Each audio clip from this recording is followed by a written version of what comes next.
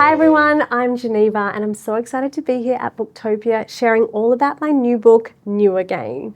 For those of you who don't know me, I am always making something, and for the last 15 years I have been obsessed with DIYing, upcycling and making a home that I love. Today we're going to be making this glass brick lamp that I made using a $2 glass brick that I found at a recycling centre. Let's get started, guys. You'll be so surprised how simple this project is. This is the page in the book for anyone who's interested, and I just really love how much potential there is with this type of material, this type of product. Like, you could do so many things with it, but today we're turning it into a lamp. In my book, I share where to get really amazing materials, including things like this. I got this at a secondhand recycling center. It was literally $2. I think it had come off a demolition site. As soon as I saw it, it was really dirty, but I knew it had so much potential. That's what I share in my book, is really about how to find those things and how to envisage what they can become. So all I need for this is the glass brick, and I've got this box, which is actually just a little craft box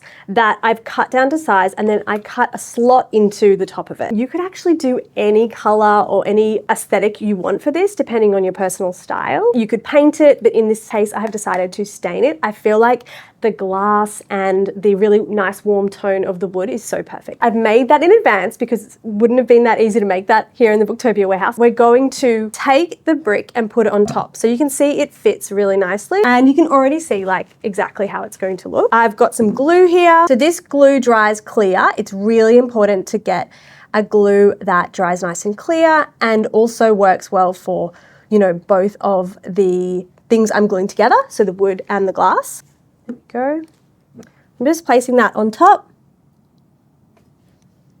If there's any like over spillage, just wipe it off. It's coming together. So when that dries, it'll be completely clear, so you won't be able to see the glue, which is great. People always ask me, how do you see a diamond in the rough when you're out and about looking for random things like this? People often think that there's some sort of secret, but it's not really a secret. It's more just about how you look at the things you're seeing. So for me, one thing that I always look at is the shape of the item. I feel as though often you'll find something that is a piece of furniture that has yellow varnish, and most people would walk right past that in a store. But if you look at the lines of the item and the design characteristics of the item, often you find that there's so much potential if you remove that yellow varnish layer. I'm just going to pull up a project that's a really great example of that. This was a cabinet that was at my local tip shop. It had been there for so long that they had given it a name. They called it Beatrice, and they would always say, Beatrice, like she's not going anywhere. I took one look at it and I saw, that yellow varnish and that not very nice hardware, and I thought, actually, hold on, Beatrice has potential. So I forced my partner to tie it to the top of the car because, you've got to get it home, right? And then I gave it a complete sanding and a beautiful coat of black stain. And then immediately Beatrice got her glow up. She got her Cinderella moment. And I'm never parting with this cabinet ever. It has, the most beautiful spot in our house, and just goes to show she was $25 and now she looks $1 million. All right, since we don't have time to wait for this one to dry, usually it'll take about 24 hours to get a full cure.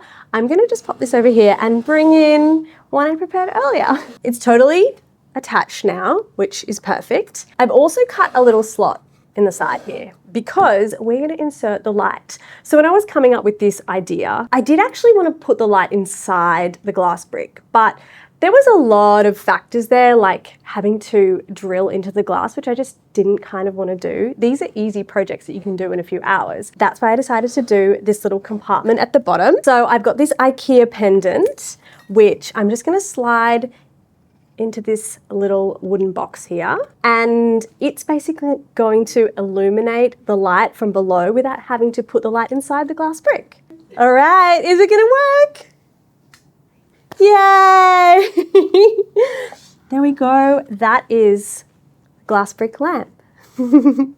When I decided to write this book, I wanted to include in it everything that you need to know to become an absolute pro at creative transformation and upcycling. One of my favorite things in the book is this roadmap for any project that you have. It's basically a flow diagram that helps you work through what's in front of you and what you can create. Once you've decided what you want to do, it sends you to the right chapter and shows you exactly how to do it. So whether you're restoring timber, painting furniture, tiling, upholstery, everything is in here that you need to know. I hope you liked this lamp project, and I hope it makes you look at the things around you a little bit differently. So if you're interested in seeing more DIYs, you have to check out my book. I'm here at Booktopia signing some special limited copies, and I'm excited for you to get one.